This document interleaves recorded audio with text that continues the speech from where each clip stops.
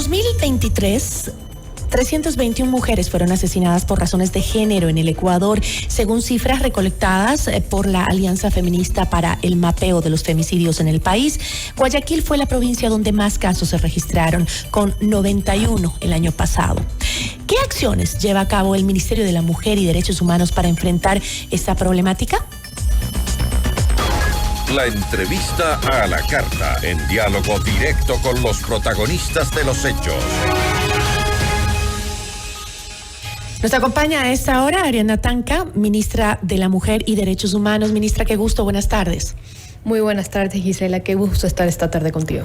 Un tema que nos duele mucho a todos, ¿no? En 2023, en promedio, cada 27 horas una mujer fue asesinada brutalmente en el país. En 2022 fue cada 28 horas. Las únicas provincias que no registraron femicidios fueron Zamora Chinchipe, en la Amazonía ecuatoriana, y las Islas Galápagos. Primero que nada, ¿qué factores se han analizado o su cartera de Estado ha analizado como un potenciador para el incremento de los femicidios en el país, en el 2023 sobre todo? Definitivamente la escalada de la violencia a nivel nacional, ¿no? La presencia de grupos organizados, armados, la presencia del crimen transnacional, el fortalecimiento de las redes de narcotráfico dentro del país. Si antes nos azotaba la delincuencia común y la violencia estructural a las mujeres, a eso le sumamos un factor que es muy crítico, ¿no? Esta violencia del narcotráfico.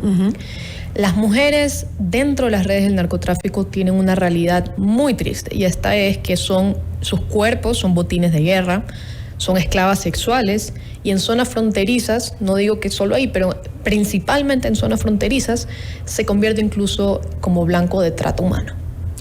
Y eso ha sido identificado en este periodo de guerra que estamos viviendo, digamos. ¿Esa es la utilización que se les da a las mujeres dentro de estas mafias del narcotráfico? Correcto, esa información la hemos levantado a través de nuestro servicio de protección integral, pero también con las reuniones que hemos mantenido con organizaciones internacionales como ACNUR, como la Organización Internacional de la Migración, que nos han proveído de información. Entonces, de esa manera nosotros tenemos un diagnóstico y también por las visitas que hemos hecho a territorio. Sobre todo hemos estado en la frontera, hemos estado en Huaquillas, un poco para palpar la realidad, y esa es la información con la que nosotros contamos, y desde ahí es que nosotros estamos, digamos, elaborando las respuestas institucionales. ¿Y esas respuestas institucionales están ya aplicándose en territorio o todavía está en planificación? No, ya estamos aplicándola en territorio, y prácticamente es el fortalecimiento de nuestros servicios a nivel nacional. Tenemos que tener algo bastante claro: cuáles son las competencias del Ministerio de la Mujer. ¿Cuáles son? Y Derechos Humanos. Nosotros tenemos la competencia de la Rectoría del Sistema Nacional de Prevención y Erradicación de la Violencia en contra de la Mujer, que reúne 22 instituciones del Estado. Asimismo, dar los lineamientos en cuanto a los derechos humanos para todas las instituciones del Estado. Es decir, nosotros no tenemos competencias judiciales ni tampoco en materia de seguridad interna. Pero ¿qué es lo que nosotros sí hacemos ante estos casos de violencia? Es que logramos articular una respuesta interinstitucional según el caso que tengamos.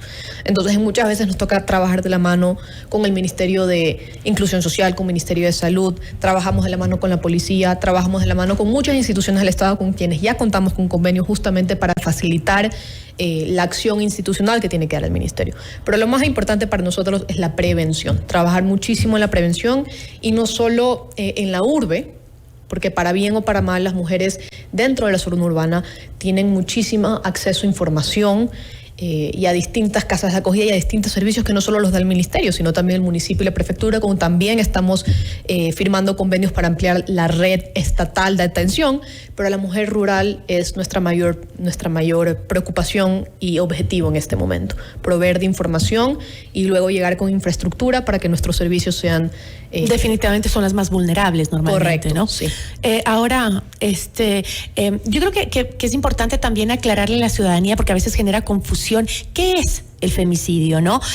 Porque no todos los asesinatos de mujeres se les puede denominar como femicidios, ¿verdad? Correcto, no todo ataque hacia una mujer tiene los componentes de la violencia basada en género. Ese es el componente diferencial, la violencia basada en género, es decir, que ocurre una muerte basada en una razón de género. Normalmente, ¿qué es una razón de género? Que seas mujer, Que te quiten la vida por el hecho de ser mujer. Exacto. Pero ¿cómo se comprueba eso, por decirlo, ¿no? Muchas veces tiene que ver con el círculo de violencia en el que vive una mujer, ¿no? Una pareja controladora, una pareja que manipula emocionalmente, una pareja que manipula a través de los hijos, a través del patrimonio y a través de la violencia física, la violencia sexual. Entonces, cuando se presentan uno de los 8 tipos de violencia que reconoce la ley para efectos, la ley Violeta, para tener un nombre más corto, es cuando podemos presumir que ha sido un caso de femicidio.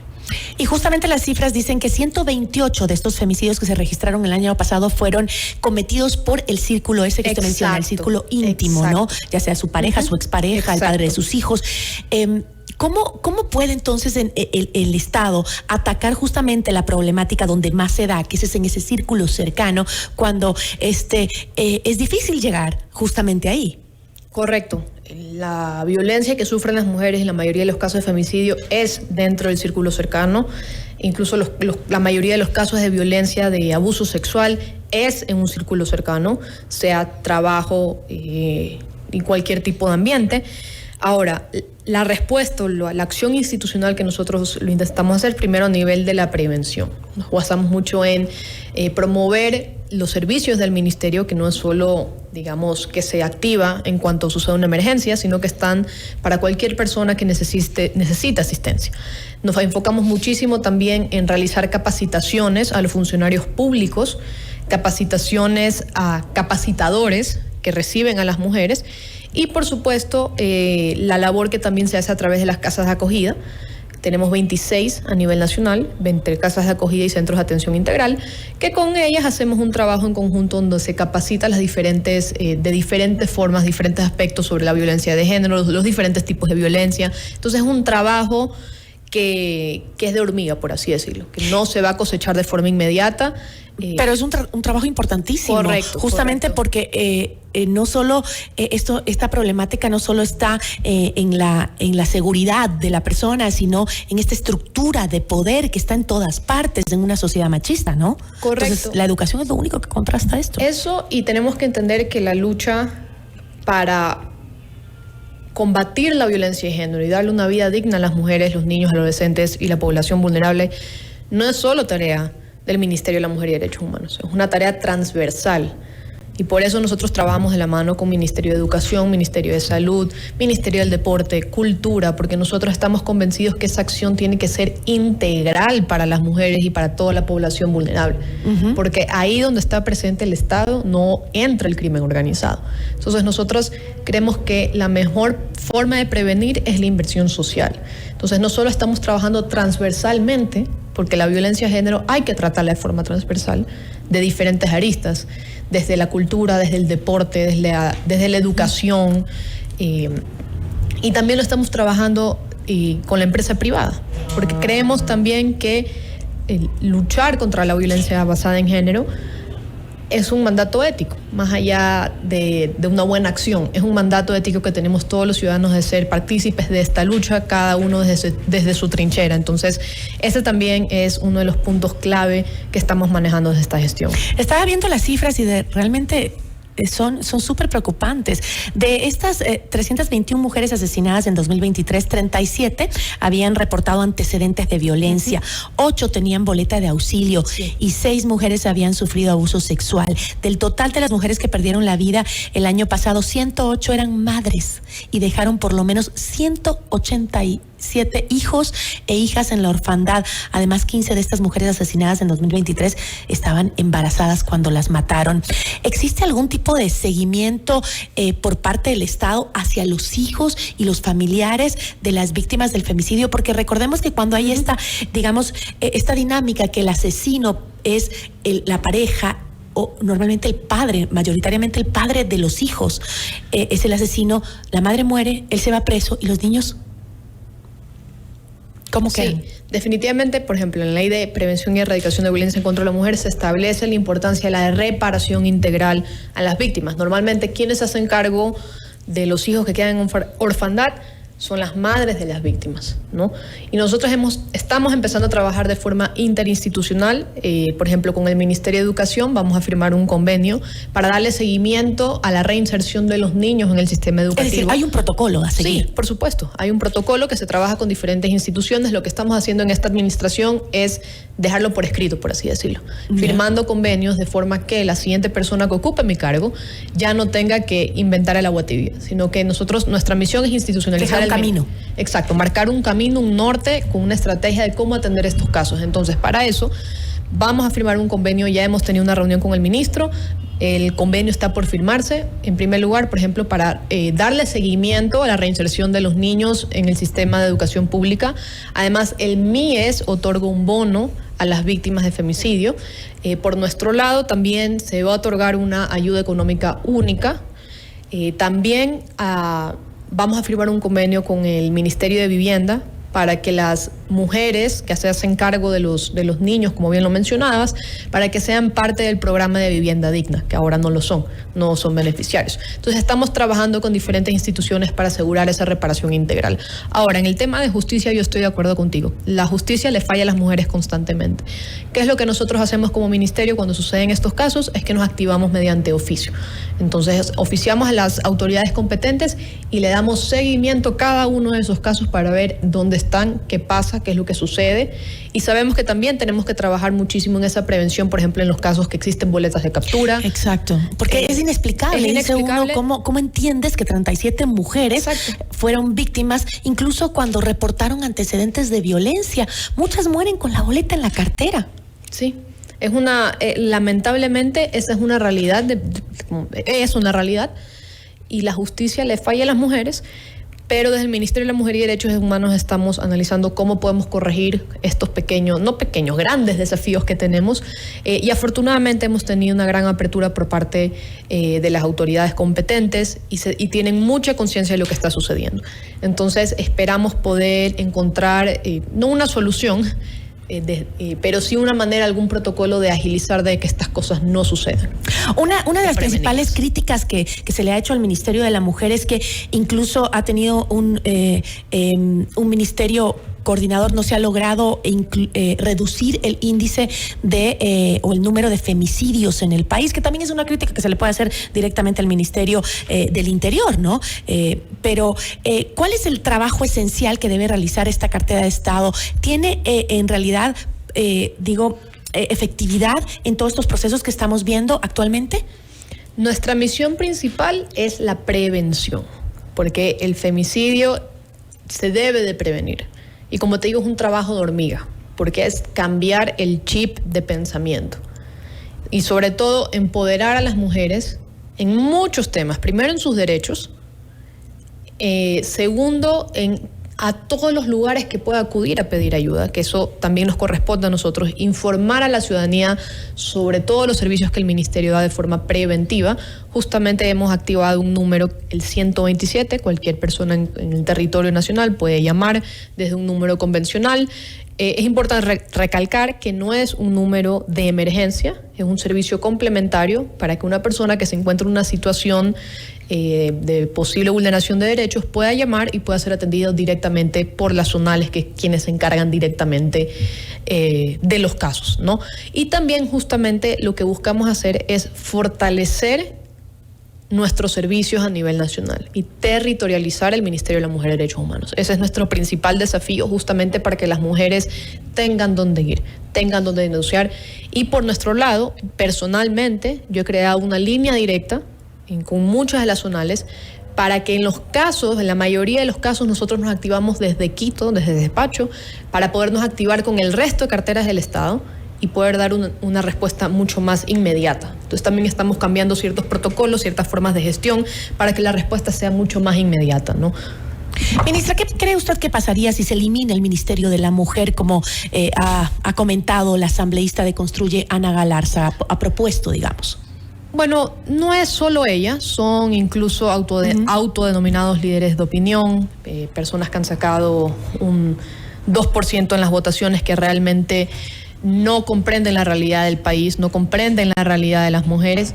Y sí, lo digo yo, alguien que ha tenido el privilegio de acceder a educación de calidad durante toda mi vida, pero justamente esa es mi misión en este ministerio, ¿no? Ponerlo, mi privilegio al servicio de la ciudadanía.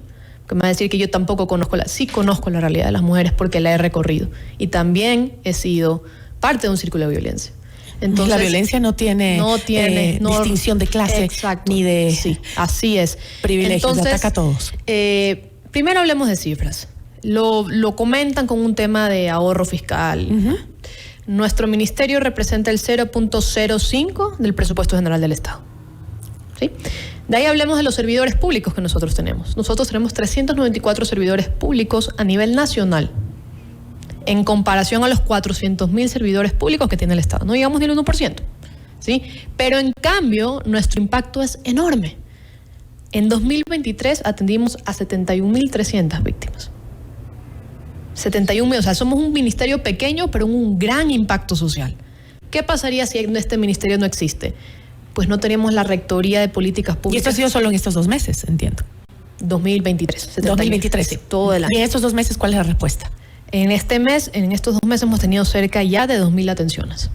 Ahora, ¿no funcionaría de manera más efectiva? Son una de las alternativas que escuché.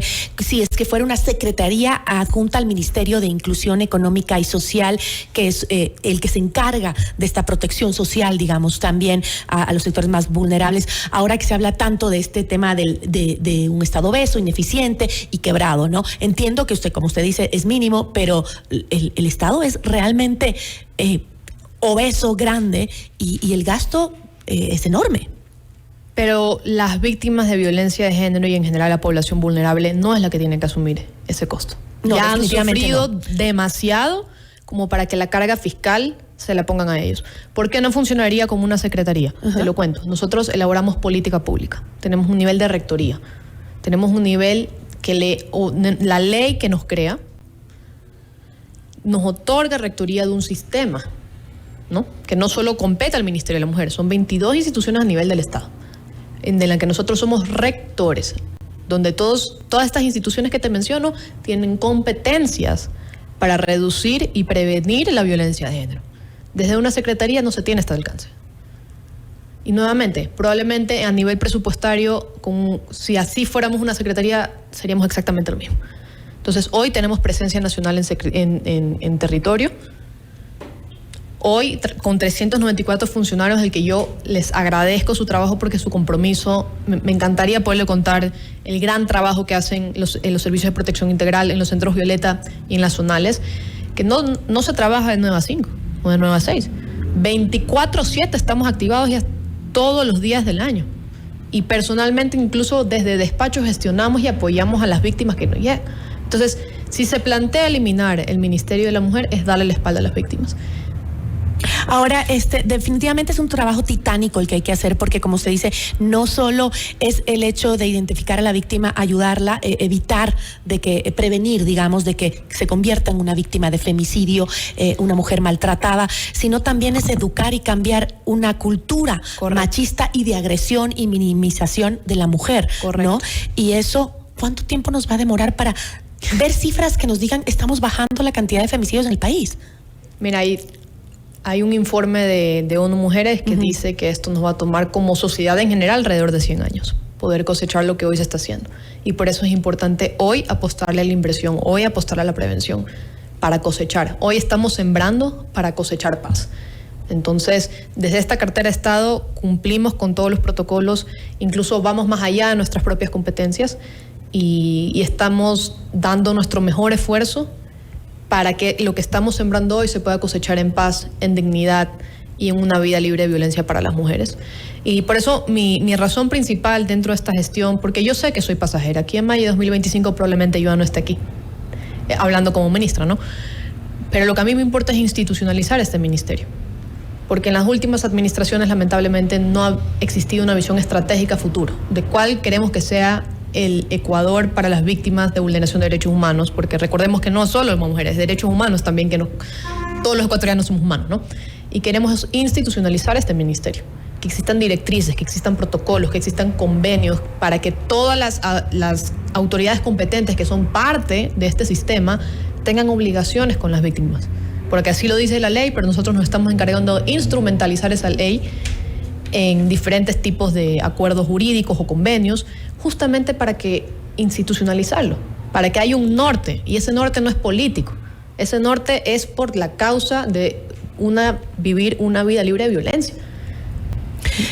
Tengo que cerrar, pero ya una pregunta nada más. En esa identificación que se ha hecho desde el Ministerio de que uno de los propulsores mayores de la cantidad de femicidios que hemos tenido en el último tiempo es justamente la violencia que hoy vivimos y las bandas que utilizan a las mujeres como moneda de cambio, digamos, o incluso son ellos los principales maltratadores de sus propias mujeres. ¿Cómo se le está capacitando, por ejemplo, a las Fuerzas Armadas y a la policía para que enfrenten un caso en esta cacería que hemos hecho en contra de los terroristas, para que aquellas mujeres que han sido vulneradas y están dentro de esos grupos siendo vulneradas sean identificadas como víctimas? Gracias por esa pregunta, porque de hecho también hemos firmado un convenio histórico con las Fuerzas Armadas, con al del Comando Conjunto, con la Policía Nacional y también con el ministro del Ministerio de Defensa, que estamos trabajando en conjunto. Tenemos mesas técnicas y hemos capacitado ya a miembros de las Fuerzas Armadas y de la Policía Nacional en estos temas, en cómo enfrentar esta situación con enfoque de género, pero no solo con enfoque de género, pero también con un enfoque integral de derechos humanos. Esto es, poder también identificar a aquellas mujeres que son o que tienen una situación de movilidad humana. Entonces, ya nos hemos activado, hemos hablado con ellos, o sea, ellos también se capacitan de forma constante, pero desde que inició el conflicto interno, hemos estado presentes con mesas técnicas, le hemos dado apoyo técnico sobre los estándares aplicables y pues también hemos capacitado a las fuerzas del orden en temas de cómo afrontar la situación con enfoque de género, pero también con enfoque de derechos humanos. Muchísimas gracias, ministra, le agradezco mucho. Muchísimas gracias por la invitación. Agradecemos a Ariana Tanca, ministra de la Mujer y Derechos Humanos.